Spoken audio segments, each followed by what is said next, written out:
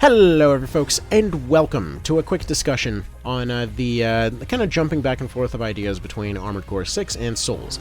Because you know what, for all of the weird random drama that's been coming out for AC6, for some reason it oftentimes gets forgotten just how long these two series have been borrowing ideas from each other. Because basically what we're seeing from a lot of the loud minority, which unfortunately comes up for every new release now, everyone's trying to out-dramatic the other guy, I guess. But basically the usual thing of like, oh no, gaming industry is gonna ruin my favorite thing. These people that have been making, games for decades now are just suddenly gonna turn brain dead and forget what made their series good because other thing popular. Oh no. That kind of stuff. It's been the same old drama for every new release since forever. It's been months now since Tactics Ogre Reborn came out, and I still get angry comments for even liking it, because how dare they make a new thing, but also they should make a new thing. Same old internet being internet type of stuff. Anyway, so, it's basically the old developers' dilemma there, where it's like, well, if you try a new thing, then, you're terrible and you ruined everything forever, but then also you don't try a new thing, so now you're creatively bankrupt. So there's really no good answer. Your only answer is to just find a different profession, I suppose. Honestly, game development in general seems like it's got to be one of the most frustrating things in the world. Anyway, so I want to talk about something in terms of those piggybacking ideas. Like you see right there how if you're using a laser shield and you apply a parry blade, and it's basically applying several different mechanics where it's a stagger state that's inflicted by the shield from bouncing off a blade, and then the parry blade taking advantage of that stagger state to do additional damage, as well as being just in the right position to be able to do that extra damage and stuff like that. This was an early form of the parry mechanic, which became core to the Souls games, right? So, a lot of the stuff that Souls is known for started with AC. The stamina stuff technically started with Kingsfield, but that stamina system sucked. And then the Armored Core energy management system became the new stamina system for the Souls games going forward after a certain point. Like, the ideas between these series have been going back and forth, just kind of tag-teaming each other since forever. It's nothing new for them to borrow different elements from each other. Hell, even going back to Shadow Tower on the PS1, you can get the Armored Core grenade launcher as a spell in that game. Like, early on, I find it really funny that if you go and make a deal with a demon there, she just gives you a ring that just lets you fire the Armored Core grenade cannon. Like, they've been going back and forth like that for for ages. Even a lot of the same memes you see for a lot of the characters and stuff in both directions are going to be available in all these different spots. Like, a lot of folks forget that Patches was an Armored Core 2. Or not like Armored Core 2, but like Armored Core also. But, I saw somebody getting very mad at, oh, they're just using Sekiro ideas for stuff. But okay, here's the thing. Sekiro ideas are Sekiro ideas. They had some stuff that they were messing around with there. A stagger mechanic is nothing new. They've been playing around with this since forever. Something like the scatter mines are, again, not really anything new. They're basically using a similar animation to Sekiro for the purpose of referencing it, but the scatter mines started in Armored Core 2. Technically speaking, I think there was even something in AC1 that might have been something similar. But you had a really awkward implementation in 2 and Another Age. In 3rd gen, they're like, okay, you can shoot them out of your shoulder, this will be a bit more convenient. And then they just kind of ended up dropping the idea, playing with it a few different times. Like, I'm pretty sure these, considering that they were more useful as a close-range kind of barrage thing, are probably why we have those shotgun extensions in 4th gen.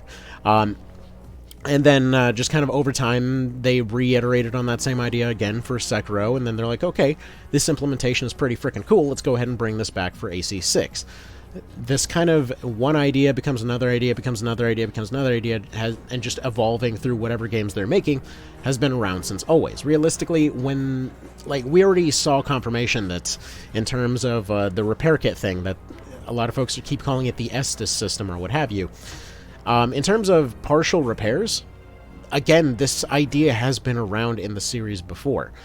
in a lot of different forms. You had your energy extensions for a while and your cooling extensions for a while, but they never could quite get them to be fully functional and something that folks would generally want to use outside of using these energy extensions in late 3rd gen. Like, for the most part, they were there as a kind of a way to have an emergency kind of a fix yourself up type situation, but they never quite worked right. Early on it was for technical reasons, later on it was just for balancing reasons, but these were never quite worth it. At the same time, they had those repair stations and ammo refill stations that you saw throughout various versions of the game and what have you. And we already saw that those are making a comeback, right? At the same time, as far as repair kits go, like, we already saw that they mentioned that there's no like upgradable version of it. It's just extra stuff that you carry around to repair stuff, which makes sense. It's not like it's going to give you all your ammo back. It's presumably not going to be... Well, they already mentioned that it's not something that's renewable.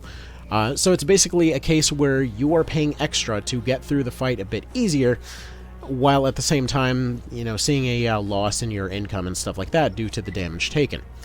I wonder where we've seen that before. Oh, I don't know, maybe all of 3rd gen. Like, here, where do we have... Okay, I probably don't want to do this one with a parry blade. What else do we... Let's go ahead and slap one together here real quick. Obligatory pancake head. Actually, weird note on the pancake head. I've seen some folks getting angry over the turn speed thing, which we already know now that's a navigation mode thing. Oh no, how dare they add a navigation mode? You know why they added a navigation mode? This pancake head. How many times have you gone and run into those situations where you went to go get the thing, and because your movement is still locked into that same movement type, you've bumped slightly into something and fallen straight off a cliff? Don't even say that that didn't happen to you, because I don't believe you.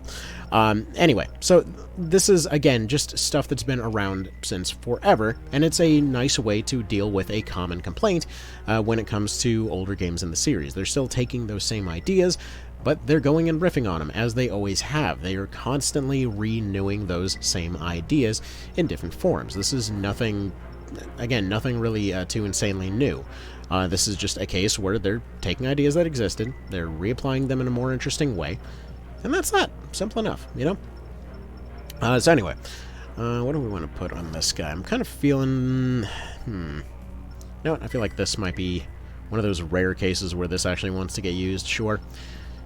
Anyway, so again, like you saw how pursuit missiles became a spell in Souls later on. Or how you saw cases where these, where basically all laser blade mechanics got reworked to do different stuff in other games. It's just, again, it's just the FromSoft way of doing things. This isn't anything new or unusual or whatever else. It is their normal, just standard way, So part of the freakouts that end up happening also are... Well, are going to be cases where, there's this thought of, oh, they're going to take away a feature. And this happens, again, for every new release. It's very frustrating to see folks getting mad over something that just straight up isn't true. So, cases where, oh, they're going to take away XYZ favorite feature or what have you, when in reality they probably haven't really taken away anything. However, not every feature can go and go in there.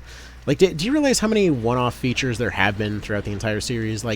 Would I love to see the Formula Front thing of having 5v5, just back-to-back arena fights? Yeah, I would absolutely love that. And you know what? That's also never going to happen, because that feature was a weird experimental thing that they just sort of had there. Would I love to see a tutorial that's basically the equivalent of Ninebreaker? Sure.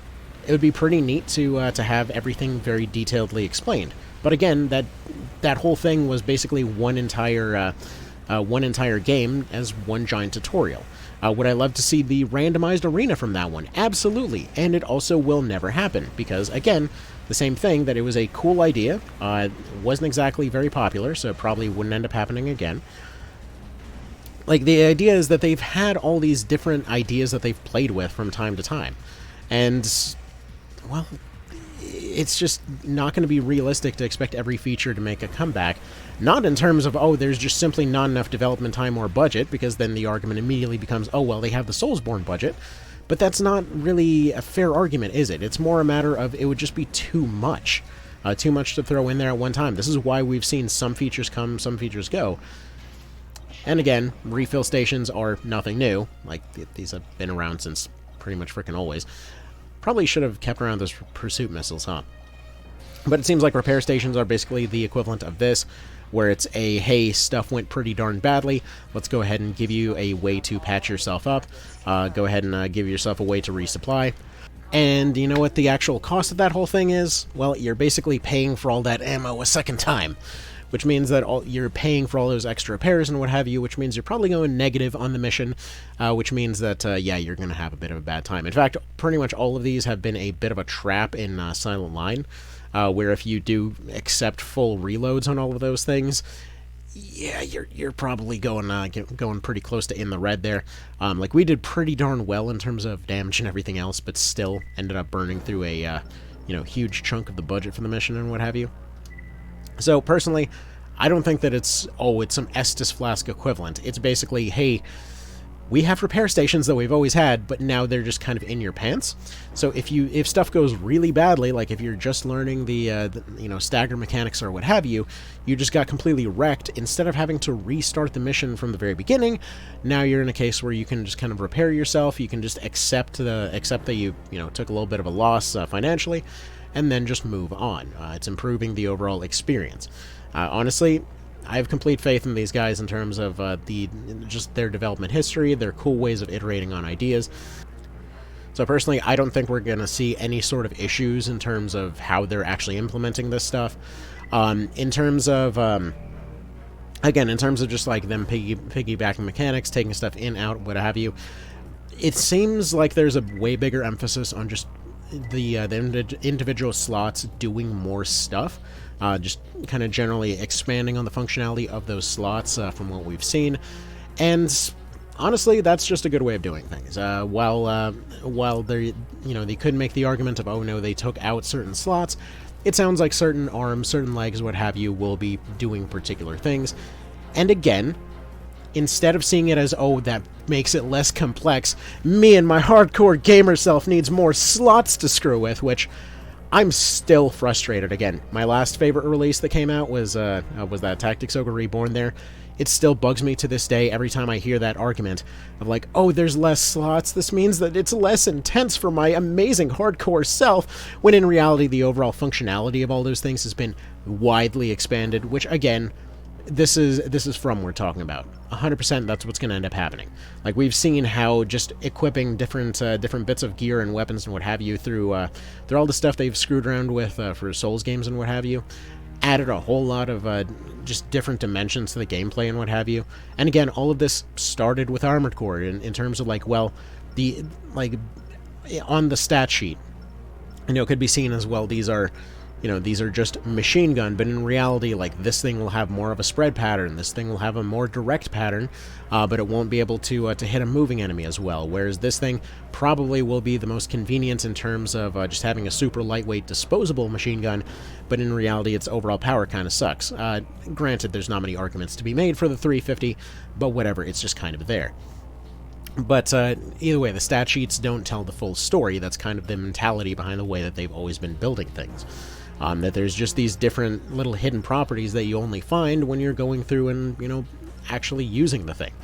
Like, on paper, it sounds like the energy shotgun should be the most amazing shotgun of the bunch, though in reality it's high energy drain. Even if you can technically see that on the stat sheet, you don't feel it until you start firing it. But it creates a situation where in most cases, the more practical option for most might be something like the 72 between all of these, because you don't feel that much of a power difference between all of these different weapons, unless, for example, something has lower energy defense, making it a little bit more situational. At the same time, it might be more of a heat thing, because as far as attack heat goes, you're going to see way less on this thing, but you're going to see way more on this one. So if you're looking to overheat something, this would end up being the more practical option. But if you are looking for a more day-to-day shotgun, this would be the one doing the job. But if you're looking for something that's a bit more cost-effective, while also having, a bit more snipe potential, maybe a little bit better for clearing out mobs, maybe a little bit better for dealing with energy defense type of stuff, you'd have this.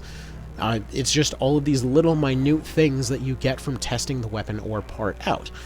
which means that if you're boiling this down to more functions into less overall slots, then yeah, that's going to give you, more to play around with. And again, this is also just something that they've iterated on in multiple different ways. Like, for example, EO used to be something that was around in 3rd gen. And then in 4th gen, they tried, they kind of tried implementing some stuff as far as the extensions go, like they tried some new extension weapons, but it became primal armor, just like your big burst as your big core function. But then at the same time, it was a little bit iffy. It worked for the setting. Here's the thing. In a lot of cases, it'll work for the setting. It doesn't mean that one feature has to always be there. But personally, I always loved EO as just kind of being there as a, well, here's a way to just spend some of your energy to attack using another part of your core, rather than using speed for that. And then overboost became the standard that just wasn't going away. But then you occasionally could spec into something like primal armor. But then 5th gen rolled around, and they're like, okay, instead, let's go ahead and have shoulder-mounted machine guns and stuff like that. And you could have a defensive variant, you could have an automated turret variant, but it only worked in front of you kind of thing. So they were still iterating on those same ideas. Man, my nose is... Edit later. Let's get back to it. So, my point is, between all the different games and what have you, they've always been tinkering with more ideas. They've always been throwing ideas back and forth on the pile, off the pile. Like I said, with AI, technically that started in Master of Arena, but they didn't quite have the kind of technology there to fully make it work. Then they revisited the idea when it came to Silent Line, and they made it a core part of the storyline and everything over how the AI could learn from you. Yet another edit. Anyway, So yeah, the AI would learn from you in Silent Line, and they're like, wow, this is actually a pretty fun idea. What if we made an entire game out of it in the form of something like Formula Front there? Yeah, and you know what? You remember all this? You remember when all of this happened? A little bit of a while ago? You remember how people understood this whole situation when it ended up coming out? Was there anything of like, oh yeah, no, it's just a really cool idea to have all of this situation where, for example, I can have Mobius from Silent Line fighting Werehound from AC2. Did you hear any of that when this game came out? Not really. All you ended up hearing when it came out was like, oh no, I lost my core standard Armored Core experience. They've ruined the series forever by casualizing it, by making the game play itself, and stupid crap like that. Because this has been around for pretty much every entry in the series, okay? This is nothing new. This is just what folks like to freak out about now when it comes to new games. Granted, again, right now it's just more amplified because, well, internet's gonna internet, you know? So, as far as that goes, it's nothing new. They've always reiterated on new ideas. They've always added new cool stuff to the series. Sometimes they take stuff out. Sometimes they put it back in. It's not a matter of like they just got lazy or what have you. There's just so much crap that goes on in all of these series that yeah, you're gonna have those kinds of situations every now and then. They're just going to have stuff that wants to change, you know. You're going to have some features that'll work in one game and won't work in another. Realistically, I'm sure if given the opportunity, they absolutely would throw every single feature from the series in there at one time. You know, why not? Hell, over here, I'm going to go ahead and have, Shade from AC3 go and fight Metal Gear Rex. I love this game. I personally love the absolute hell out of Formula Front. And yeah, the PS2 version was way better, and it was really awesome to have those 5v5 fights, but at the same time, just this stupid, nonsense right here, I love this whole thing of going through and just rebuilding stuff from other stuff, just to see if it'll function at all, just to see what kind of cool stuff you can make, The actual building, the actual customization, that's what matters. Not like, hey, is my navigation mode going to be a little bit faster? Oh no, immersion! Like, dude, come on. You were never playing this in the same way as something like Steel Battalion. Like, no one's sitting there making you go and do all of those radio call-outs and whatever else, through voice chats and whatever else in order to coordinate airstrikes or whatever the hell. Honestly, it's really hard to tell what the hell's going on in that game. But again, this is just the way of things, People are going to freak out over stuff. That's what they do.